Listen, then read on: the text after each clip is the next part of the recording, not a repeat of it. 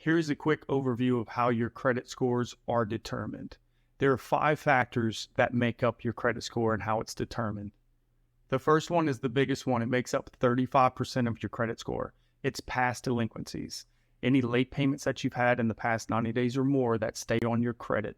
So we have to always make sure that we're current on all of our payments because we can see that it has the biggest impact on our credit. The second factor is debt ratio. It makes up 30% of our credit score.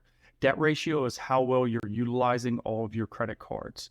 It's most important to stay 10% or below of what your credit card maximum limits are. Most people stay in the range of 10 to 20%, but remember, this is the second biggest factor that makes up our credit score, so make sure that you're diversifying through your credit. The third factor that makes up 15% is the age of the file. So how long have you had credit? How long have you had your credit cards or your car loans or your mortgage, whatever it may be, just the overall age of your file.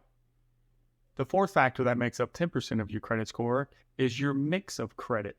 So what I mean by that is credit cards versus car loans, home mortgages, and personal loans. If you have a credit that's primarily made up of credit cards and you don't have any car loans or anything like that, you don't have a really good mix of credit. But remember, that only makes up 10% of your credit score. The last factor, and the fifth one that makes up and determines what your credit score would be inquiries. It's only 10% of how your credit score is determined. And that would be if you're going to try to get a car loan, a home mortgage, anything like that, that would pull any kind of hard pull on your credit.